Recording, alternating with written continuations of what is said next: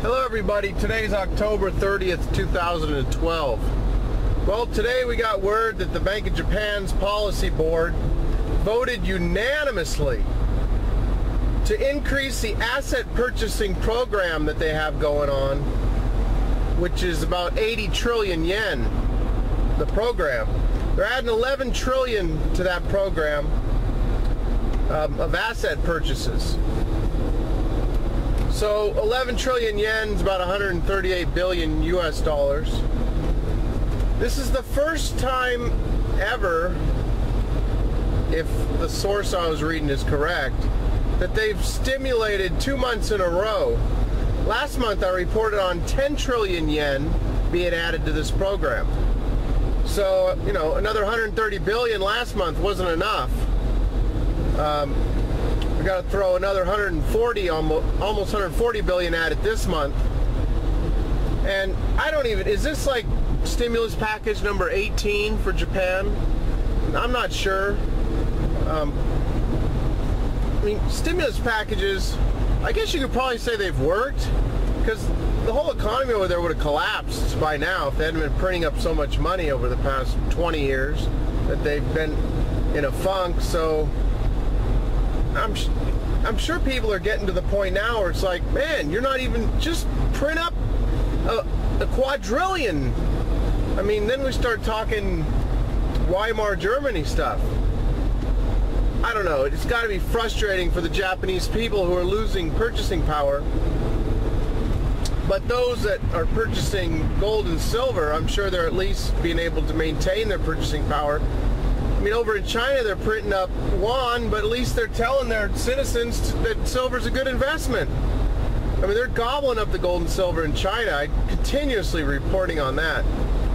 So the Japanese who are buying gold and silver should be able to weather this storm, but man, they're just 2 months in a row just throwing, you know, 10 or 11 trillion yen at the economy.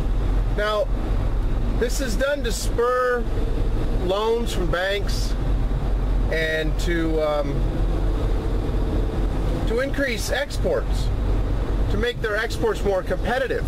Because what's happening here is, if you've read Jim Rickard's book, which I'm currently reading, Currency Wars, it's a race to the bottom. You've got central banks around the world are devaluing their currencies, trying to be more competitive.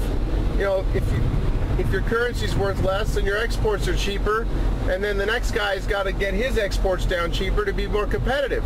So, you know, and at the expense of the Japanese people and the purchasing powers of their currency, you know, it's always, you'll always read that, well, this is to boost exports, and you know, you got to get the economy going. Well, you've had to get the economy going for 20 years, so it's just more quantitative easing around the world. And this is what I'm just going to keep continuously reporting on this over and over again.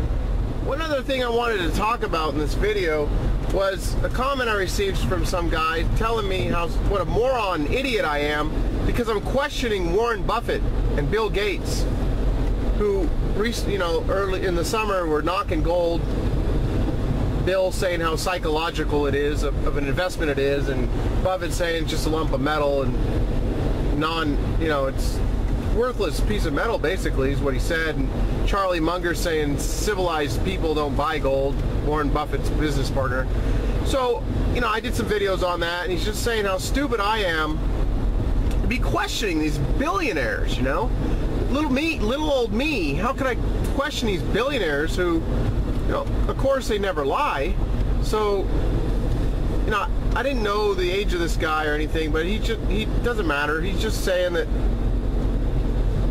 trying to explain to me why having gold and silver is just a stupid idea. It's, you know, you don't get any dividends or interest on it or nothing. And so I told him, I said, you know what, there's a time for everything. And with money printing around the world, the time to own gold and silver has been the past 10 years. And I don't know how many more years it's going to be, but you have to be in precious metals right now. And then he says, well, Warren Buffett invested $10,000 turned it into whatever he's got now. It keeps changing. 60 billion, 70 billion. And he said if you would have put that in gold, he'd only have 300,000. I was like, okay, well, yeah, that's that's fine. You're looking at gold as strictly an investment. Gold is an insurance policy along with silver that's going to keep your purchasing power as they're inflating these fiat currencies. But people, they don't see that. They just look at gold and silver as an investment only. It's mainly insurance, and that's why I hold gold and silver.